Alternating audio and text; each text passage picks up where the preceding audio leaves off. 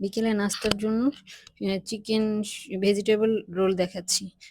প্রথমে তোমরা চিকেনগুলো লবণ আর আদা রসুন দিয়ে জাস্ট বয়েল করে নিবে, নিয়ে তোমরা এভাবেও এই যে বয়েল করার পর কাঁটা চামচ দিয়ে ছাড়িয়ে নিতে পারবে, আর নয় কিমাও করে নিতে পারবে। দেখো এখানে বরবটি, গাজর, পেঁয়াজ কুচি, মরিচ কুচি, বাঁধাকপি কুচি সবগুলো একসাথে আমি তেলের মধ্যে দিয়ে দিচ্ছি।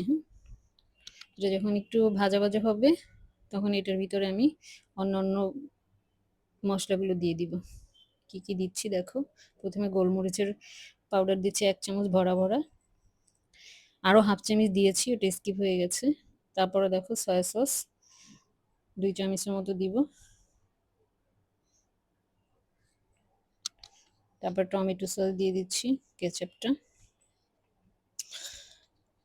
এখন দিয়ে দিচ্ছি দেখো 2 চামচ চিনি,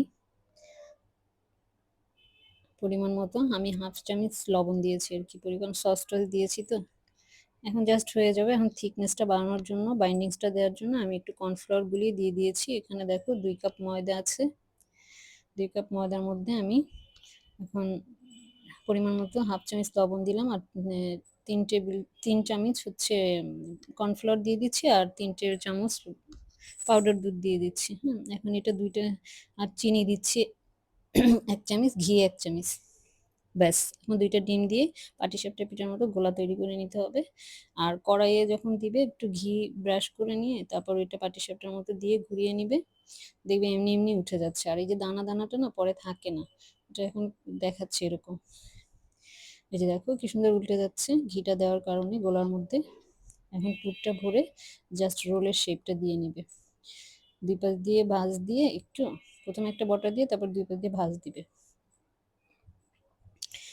ব্যাস, তারপর ওই যে আমি গোলা করেছিলাম না রোলের জন্য, সেটার মধ্যে চুবিয়ে ব্রেড ক্রামে দিয়ে দেবে। আর ব্রেড ক্রামটা আমার নিজের ঘরে তৈরি করা, তোমরা জানতে চাইলে কিভাবে করেছি কমেন্টে বলো, আমি শিখিয়ে দিব। বাস, এখন এটা তোমরা ফ্রোজেন করেও খেতে পারবে, রেখে দিবে, আর তেলেও ভেজে তারপরে দেখবে মচমচে খুব সুস্বাদু লাগবে খেতে।